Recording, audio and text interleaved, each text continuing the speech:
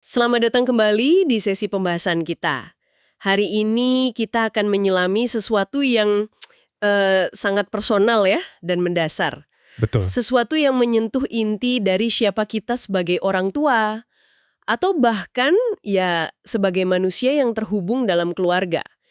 Judulnya Warisan Pola Asuh Anda. Menarik sekali.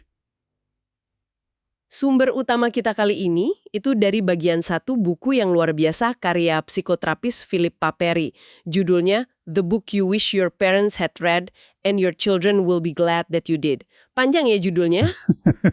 Iya, tapi isinya daging banget. Nah, kita akan fokus khusus di bagian awal ini. Ini jadi fondasi pemahaman kita gitu. Fondasi yang penting sekali. Misi kita kali ini ya benar-benar membongkar lah ya, bagaimana pengalaman masa kecil kita itu seringkali tanpa sadar loh itu membentuk cara kita berinteraksi dengan anak-anak kita. Betul-betul. Sering nggak kita sadari? Dan yang lebih penting lagi nih, bagaimana kita bisa secara sadar memilih warisan seperti apa sih yang ingin kita tinggalkan? Kan sering dengar ungkapan lama itu anak meniru apa yang kita lakukan. Bukan cuma omongan ya. Nah iya, bukan cuma apa yang kita katakan. Perilati ini mengajak kita mulai justru dari diri sendiri dulu. Introspeksi ya. Mari kita telusuri bersama. Jadi Perry itu punya gagasan menarik di awal bukunya. Dia bilang masa kecil itu membekali kita semacam cetak biru. Blueprint emosional ya. Iya, blueprint. Kalau masa kecil Anda dulu cenderung positif, misalnya merasa dihargai apa adanya, dicintai tanpa syarat gitu. Dapat perhatian yang hangat, merasa aman. Nah itu, mungkin Anda merasa lebih alamiah atau intuitif gitu ya saat mengasuh anak sendiri, kayak udah ada bekalnya aja gitu. Konsep cetak biru ini memang fundamental banget. Ini bukan sekedar perasaan nyaman atau nggak nyaman di masa lalu loh ya. Tapi ini benar-benar membentuk dasar kemampuan kita untuk, yaitu tadi, membangun dan mempertahankan hubungan yang sehat sepanjang hidup. Jadi dampaknya jangka panjang ya? Banget. Tapi, penting nih digarisbawahi, tujuannya itu sama sekali bukan untuk menyalahkan orang tua kita loh. Oh, oke. Bukan cari kambing hitam ya? Bukan. Banyak dari mereka kan melakukan yang terbaik dengan apa yang mereka punya dan pahami saat itu. Tujuannya lebih ke memahami pola-pola yang mungkin kita warisi. Pola perilaku gitu. Ya, pola respons. Gimana kita merespons konflik, gimana kita nunjukin kasih sayang, gimana kita atasi stres. Nah, banyak dari respons otomatis kita, itu akarnya ya dari cetak biru ini. Tapi ini nih bagian yang bikin lega. Kata Perry, kita nggak ditakdirkan selamanya terikat sama cetak biru itu. Nah, ini penting. Kita punya pilihan. Kita bisa secara sadar memeriksa lagi masa lalu kita. Kayak membongkar koper tua gitu ya, isinya pengalaman masa kecil. Bongkar muatan ya. Iya, kita bisa pilih mana barang bawaan yang masih oke, yang mau disimpan, dan mana yang udah usang atau malah ngerusak. Yang perlu ditinggalin atau diperbaiki. Betul. Dia pakai analogi yang bagus banget. Kita ini kayak mata rantai dalam rantai panjang keluarga. Dari masa lalu ke masa depan. Iya, dari generasi sebelum kita ke generasi setelah kita. Dan kita punya kekuatan untuk membentuk ulang mata rantai kita sendiri. Kita bisa memutuskan apa yang diteruskan, apa yang dihentikan. Itu kuat sekali pesannya. Ada hal lain yang menarik juga. Gimana masa lalu ini seringkali menyelinap gitu masuk ke masa kini. Menyelinap gimana maksudnya? Umpama pas kita lagi interaksi sama anak-anak kita. Di momen-momen yang, ya menantang lah. Anak tantrum misalnya, Atau nggak mau nurut. bisa jadi. Atau pas mereka nunjukin emosi kuat. Nah, di saat itu, kita bisa tiba-tiba merasa terpicu oleh perasaan-perasaan lama. Perasaan dari masa kecil kita sendiri yang mungkin belum beres, belum tuntas. Perasaan kayak apa tuh contohnya? Macem-macem. Bisa rasa sepi yang dalam banget. Atau iri hati, kangen sama sesuatu yang hilang, atau kebutuhan dasar yang dulu rasanya kok nggak pernah terpenuhi. Dan reaksi kita pas itu mungkin marah yang nggak sebanding sama situasinya. Nah, itu dia. Atau frustrasi yang meluap-luap, bahkan mungkin panik. Kata Perry, reaksi itu seringkali berfungsi sebagai mekanisme pertahanan diri kita. Bela diri. Dari apa? Dari merasakan kembali perasaan-perasaan lama yang nggak nyaman itu tadi. Sakit rasanya kan? Akibatnya, kita jadi nggak bisa lihat apa yang sebenarnya terjadi sama anak kita ya. Tepat. Kita jadi kurang mampu berempati sama apa yang sebenarnya lagi dialami atau dibutuhkan anak kita di depan mata. Kita malah kejebak dalam drama masa lalu kita sendiri. Wah, ini dalam ya. Perry bahkan cerita pengalaman pribadinya kan soal ini. Iya, yang soal ibunya itu ya. Betul, ibunya dulu sering banget keganggu sama suara anak-anak main yang dianggap terlalu berisik. Ternyata, setelah direfleksiin, kakeknya Perry, ayahnya si ibu ini, dulu sering sakit kepala parah. Dan nuntut suasana tenang banget di rumah ya. Iya, jadi pola berisik sama dengan ganggu, sama dengan nggak boleh itu nancep banget di ibunya. Terus, Yang bikin kaget, Perry sadar dirinya sendiri juga punya reaksi mirip ke anaknya pas lagi main berisik. nah kan, itu dia. Gimana pola itu bisa ngalir aja gitu antar generasi. Bikin merinding ya, sering banget nggak sadar lagi. Makanya disinilah pentingnya kesadaran diri. Mampu ngenalin dan ngasih nama ke perasaan gak nyaman yang muncul di diri kita sendiri itu krusial. Pas lagi kepicuk itu ya. Iya, bukan nyalain anak, gara-gara kamu nih mama jadi marah. Tapi lebih ke mengakui ke diri sendiri. Oke, saya ngerasa kesel banget sekarang. Atau, kok saya cemas ya pengen ini cepat selesai? Memahami kenapa kita begitu ya. Betul. Bahkan kalau kita nggak bisa nunjuk satu kejadian spesifik di masa lalu, nggak apa-apa. Tapi kesadaran itu bantu kita mutus rantai reaksi otomatis. Kasih jeda gitu, biar nggak langsung lampiasin ke anak. Ada satu lapisan lagi nih yang menarik. Soal pengalaman masa kecil kita. Mungkin kita ngerasa dicintai sama orang tua. Kebutuhan dasar dipenuhin lah, tapi mungkin nggak selalu ngerasa disukai. Dicintai tapi nggak disukai, gimana tuh bedanya? It. Jadi kita kayak ngelihat diri kita yang nyebelin itu di anak kita. Bisa jadi. Dan reaksinya jadi lebih keras karena itu. Terus Perry kasih tips praktis nggak buat momen-momen panas kayak gitu? Ada, dan ini sangat membantu. Sebelum meledak marah atau frustasi, coba ambil jeda sebentar. Bilang ke diri sendiri atau ke anak kalau udah cukup besar, mama papa perlu waktu sebentar buat nenangin diri, mikirin ini. Jadi nggak langsung bereaksi ya? Iya, amarah itu kayak kabut tebal, kata Perry. Nutupin pesan sebenarnya. Menariknya, dia juga nyaranin kita bisa mulai amati pola reaksi emosi kita sendiri kan? Betul. Bahkan kalau belum punya anak, cenderung cepat marah kah? Atau ngerasa paling bener, gampang malu, suka menghindar. Ini latihan kesadaran diri yang bagus. Coba telusuri akarnya ke pengalaman kita dulu. Nah, pas kita bereaksi berlebihan tadi, seperti contoh ibunya Perry, atau mungkin kita sendiri pernah, disitulah bisa terjadi keretakan hubungan ya. Tepat sekali. Dan ini nyambung banget ke ide Perry yang sangat penting. Mungkin salah satu intisari bukunya. Konsep keretakan dan perbaikan. Rupture and repair. Ya, intinya dalam hubungan yang paling dekat pun, apalagi orang tua dan anak, momen-momen keretakan itu pasti terjadi. Nggak mungkin nggak ada ya. Nggak mungkin. Kesalahpahaman, kata-kata nyakitin, reaksi berlebihan, ekspektasi nggak realistis. Nggak ada orang tua sempurna. Perry nekenin banget ini. Nah, yang terpenting di sini, itu bukan fakta bahwa keretakan terjadi. Itu manusiawi kok. Tapi bagaimana kita meresponsnya? Cara kita memperbaikinya ya. Iya, perbaikannya. Ini dimulai dari dalam diri kita dulu. Ngenalin pemicu, usaha ubah respons ke depan, tapi seringkali butuh tindakan nyata juga. Ngakuin salah ke anak dan minta maaf. Minta maaf ke anak pentingnya itu. Penting banget. Perry bilang, efek permintaan maaf yang tulus itu kuat sekali. Bahkan kalau kejadiannya udah lewat. Ini bukan tanda lemah loh, tapi justru tanda kekuatan dan tanggung jawab.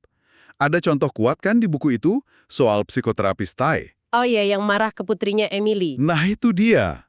Ty kan marah besar. Tapi belakangan, setelah tenang, dia duduk bareng Emily, minta maaf tulus. Dan dia jelasin apa yang sebenarnya terjadi dalam dirinya waktu itu. Kemarahannya lebih ke stres dia sendiri, bukan karena Emily nakal. Terus reaksi Emily gimana? Luar biasa lega. Dia udah mulai mikir jangan-jangan ibunya nggak peduli sama dia.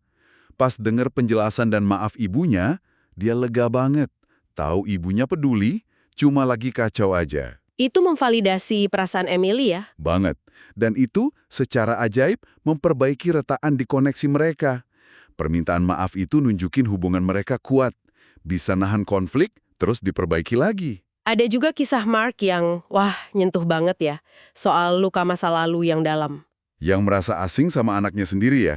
Iya, setelah anaknya, Toby, lahir, Mark merasa asing, kewalahan, bahkan kepikiran mau ninggalin keluarganya, pengen kabur gitu. Berat sekali itu pasti. Banget. Lewat terapi, baru dia sadar perasaan ingin lari itu akarnya dalam banget di luka masa kecilnya. Dia merasa ditinggalkan secara emosional sama ayahnya dulu. Jadi harus berani buka kotak Pandora kesedihannya dulu ya? Persis. Harus berani merasakan sakitnya ditinggalkan itu, baru dia bisa membuka aliran cintanya ke Toby. Kisah Mark ini ilustrasi luar biasa ya. Gimana proses penyembuhan masa lalu di dalam diri kita itu bisa langsung mengubah perilaku kita sekarang. Dengan hadapi lukanya, dia nggak lagi didorong impuls bawah sadar buat ngulang pola yang sama. Dia jadi lebih bisa hadir buat anaknya ya. Iya, lebih peka sama kebutuhan Toby. Bisa bangun hubungan yang beda dari yang dia alami dulu. Ini nunjukin kekuatan transformasi pribadi, memutus rantai warisan negatif. Satu hal lagi nih yang Perry sarankan untuk kita perhatikan, itu soal usia anak kita sekarang. Seringkali usia mereka itu jadi pengingat bawah sadar, baik fisik maupun emosional, tentang perasaan kita sendiri di usia yang sama dulu. Maksudnya gimana tuh? Ya, kalau Anda sadar punya keinginan kuat buat menjauhkan anak Anda secara emosional di usia tertentu, Misalnya? misalnya, pengen banget mereka cepat tidur, nggak sabar nunggu mereka mandiri, atau keganggu banget sama kerewelan mereka yang sebetulnya wajar sesuai usia. Nah, kata Perry, ini bisa jadi sinyal penting. Sinyal apa? Bisa jadi, tanpa sadar, kita lagi berusaha ngehindarin pengingat yang sakit soal kebutuhan kita sendiri yang mungkin nggak terpenuhi pas kita seumur mereka dulu. Wah, jadi kita kayak menghindar dari diri kita sendiri di masa lalu ya. Kemungkinan begitu. Ironisnya ya, kita sering lupa atau mungkin sengaja lupa kalau fase butuh yang intens pada anak-anak ini kan sebenarnya cuma sementara. Sebentar banget sebetulnya dalam rentang hidup mereka. Tapi kalau kita terus-terusan lebih mentingin kerjaan, gadget, hiburan, atau rumah rapi di atas momen koneksi sama anak, Perry ngajak kita nanya, jangan-jangan ini gejala penghindaran? Menghindar dari rasa nggak nyaman atau tuntutan emosional yang dipicu kebutuhan anak yang sebetulnya cermin kebutuhan masa lalu kita. Siapa sih yang nggak pernah tergoda kabur sejenak pas kewalahan? Tapi kalau polanya konsisten, nah itu patut dicermati. Lalu, apa dong yang benar-benar penting menurut Perry dalam bangun hubungan sehat? Bukan cuma soal materi ya, Bukan sekedar makanan dan pakaian. jauh lebih dari itu. Ini soal menciptakan rasa nyaman saat bareng anak. Bikin mereka merasa aman secara emosional jadi diri sendiri. Gimana caranya? Lewat hal-hal yang kedengarannya simpel tapi dalam. Nunjukin kehangatan tulus, lewat nada suara, bahasa tubuh. Sentuhan fisik yang aman dan penuh kasih, pelukan, usapan. Nunjukin niat baik yang konsisten. Dan ini krusial, rasa hormat. Hormat ke anak. Iya, hormat ke perasaan mereka sekecil apapun. Hormat ke pribadi unik mereka, bahkan pendapat mereka. Intinya, kata Perry, tunjukkan cinta kita pas mereka terjaga, pas lagi interaksi, mungkin pas lagi sulit, bukan cuma pas mereka tidur pulas kelihatan manis. Untuk bantu refleksi ini, Perry saranin latihan sederhana tapi kuat ya. Betul, coba perhatikan pemicu Anda sehari-hari sama anak. Pas anak ngelakuin sesuatu terus kita emosi gitu. Nah, pas Anda ngerasa ada gelombang emosi negatif kuat, marah, kesal, cemas, pengen lari, berhenti dulu kalau bisa. Jangan langsung bereaksi. Coba lihat diri Anda di masa kecil dengan kasih sayang, bukan hakiman. Terus tanya ke diri sendiri, Iya, tanya dengan lembut. Perilaku anak yang spesifik mana sih yang micu respon sekuat ini di saya? Terus, coba ingat lagi, apa yang biasanya terjadi sama saya dulu pas saya nunjukin perilaku sama atau pas punya perasaan kebutuhan mirip? Perry bilang suara ini seringnya kita warisi atau kita serap dari lingkungan masa kecil. Bisa dari orang tua, guru, budaya sekitar. Dia ceritakan pengalaman lihat ibunya di depan cermin ngeritik penampilannya. Terus dia ngulangin itu ke dirinya sendiri ya? Iya, bertahun-tahun kemudian tanpa sadar dia lakuin hal sama, sampai anaknya sendiri, Flo, yang negur. Itu nunjukin banget gimana mudahnya pola itu ditiru ya. Suara kritikus bating ini bisa bisik-bisik atau teriak di kepala. Pikiran kayak, mana mungkin aku bisa, aku emang payah, nggak pernah cukup baik. Terlalu gemuk, terlalu kurus, terlalu bodoh, macam-macam. Dampaknya ini sering kita remehkan loh, padahal gede banget. Suara ini nggak cuma ngarahin pilihan hidup kita, batasi potensi kita, jangan coba, nanti gagal malu. Tapi juga nular ke anak ya. Itu dia bahayanya. Efek menularnya bahaya banget ke anak-anak kita. Pas mereka dengar kita terus-terusan ngeritik diri sendiri, atau kita ngeritik mereka pakai nada sama, mereka jadi belajar ngehakimi diri sendiri dan orang lain dengan cara serupa. Akibatnya ke kepercayaan diri mereka dong. Jelas, merusak fondasi percaya diri, bikin takut nyoba hal baru, takut ambil risiko sehat, ujung-ujungnya ya ngurangin kebahagiaan. Bahaya terbesarnya, kata Perry, yaitu tanpa sadar mewariskannya ke generasi berikutnya, melanjutkan siklus kritik diri. Bisa bikin jadi perfeksionis nggak sehat juga ya dalam ngasuh anak. Sangat mungkin. Di buku ada cerita Elaine kan, yang ibunya penuh kasih tapi pencemas dan keras ke diri sendiri. Iya, yang tanpa sadar mewariskan getaran nggak cukup baik itu ya. Betul. Elaine karena nggak mau mewariskan lagi ke anaknya, dia bikin strategi buat hadapi kritikus batinnya. Strateginya gimana tuh? Praktis nggak? Praktis banget. Pertama, kenali suaranya pas muncul. Sadari itu si kritikus, bukan kebenaran mutlak. Oke, sadari dulu. Kedua, jangan ladeni atau debat, nanti malah makin kuat. Perlakukan kayak rekan kerja nyebelin. Oke, saya dengar pendapat Anda, tapi nggak usah diladenin panjang. Menarik. Nggak usah diajak ribut. Ketiga, secara sadar, perluas zona nyaman. Senaja lakuin hal yang kata si kritikus nggak bisa kita lakuin, buat buktiin dia salah. Lawan dengan aksi nyata ya. Keempat, pakai kesadaran bahaya mewariskannya ke anak sebagai motivasi ekstra buat waspada dan lawan suara itu. Wah, itu motivasi kuat banget ya. Ada latihan praktis lain juga nih soal kritikus batin. Coba deh siapin catatan kecil atau di HP. Sepanjang hari, catat pikiran kritis spesifik yang muncul soal diri Anda. Aku bodoh banget lupa bawa bekal, atau presentasiku tadi pasti jelek. Ditulis gitu ya? Iya, setelah beberapa hari, coba renungkan. Nada atau isi kritiknya ngingetin ke suara orang lain nggak di masa lalu. Orang tua, guru. Oh, buat lihat polanya dari mana ya? Betul. Perhatiin juga gimana Anda ngomong ke diri sendiri pas mau coba hal baru. Ada suara yang nahan nggak? Meragukan. Kenali polanya. Nah, terakhir nih, di bagian satu ini, Perry agak keras mengkritik kecenderungan kita pakai label orang tua baik versus orang tua buruk. Oh ya, kenapa menurut dia itu nggak bagus? Dia bilang pembagian hitam putih gitu nggak ngebantu, malah bahaya. Kenapa? Karena takut dicap orang tua buruk, kita jadi defensif banget. Jadi nggak mau ngaku salah gitu? Ya, jadi enggan ngakuin kesalahan atau kekurangan. Padahal ngakuin salah itu kan langkah pertama buat perbaikan dan tumbuh. Kita malah cenderung nyembunyiin keretakan di balik topeng perbuatan baik biar citra kita aman. Jadi menghalangi kejujuran ya? Dan koneksi otentik. Terus saran Perry gimana? Buang aja label itu. Nggak ada manusia, termasuk orang tua, yang sepenuhnya malaikat atau pendosa. Kita semua campuran kompleks. Campuran ya? Dia bahkan bilang, orang tua yang berani jujur soal perasaannya, walau kadang ngaku lagi marah atau capek, tapi caranya nggak ngerusak ya. Mungkin jangka panjang lebih baik buat anak daripada orang tua yang selalu tampil manis sempurna, tapi nyimpen dendam atau frustrasi. Itu berlaku juga buat nge-labelin anak kan? Si pemalu, si ceroboh. Tepat sekali.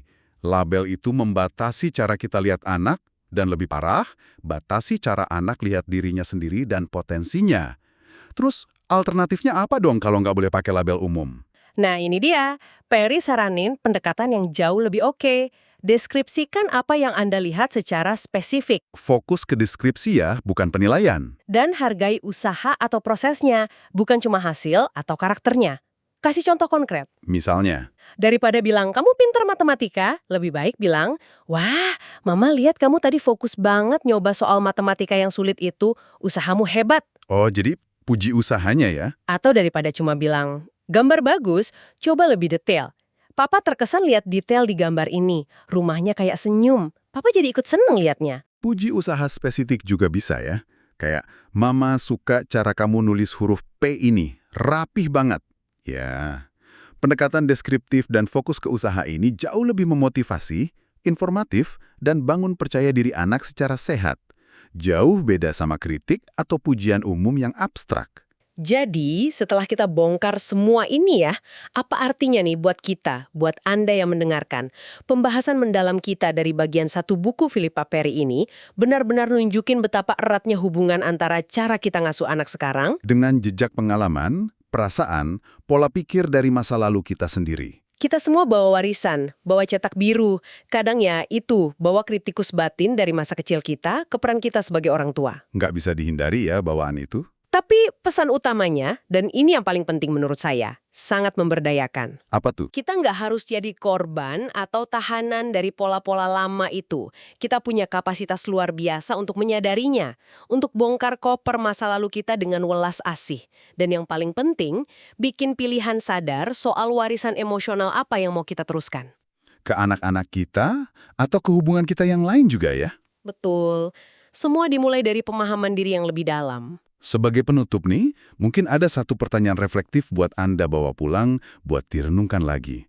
Mengingat ide Perry tadi, kalau anak-anak kita itu sering jadi cermin paling jujur, Yang mantulin bagian diri kita yang belum beres ya. iya, luka lama, kebutuhan terabaikan. Nah, refleksi spesifik apa tentang diri Anda sendiri yang mungkin muncul ke permukaan? Pas Anda ingat lagi interaksi terkini yang terasa menantang, sulit, atau sangat memicu emosi dengan anak Anda, atau dengan orang lain yang Anda sayangi. Apa yang mungkin lagi coba diomongin sama momen itu ya? Bukan soal anaknya, tapi soal diri kita sendiri.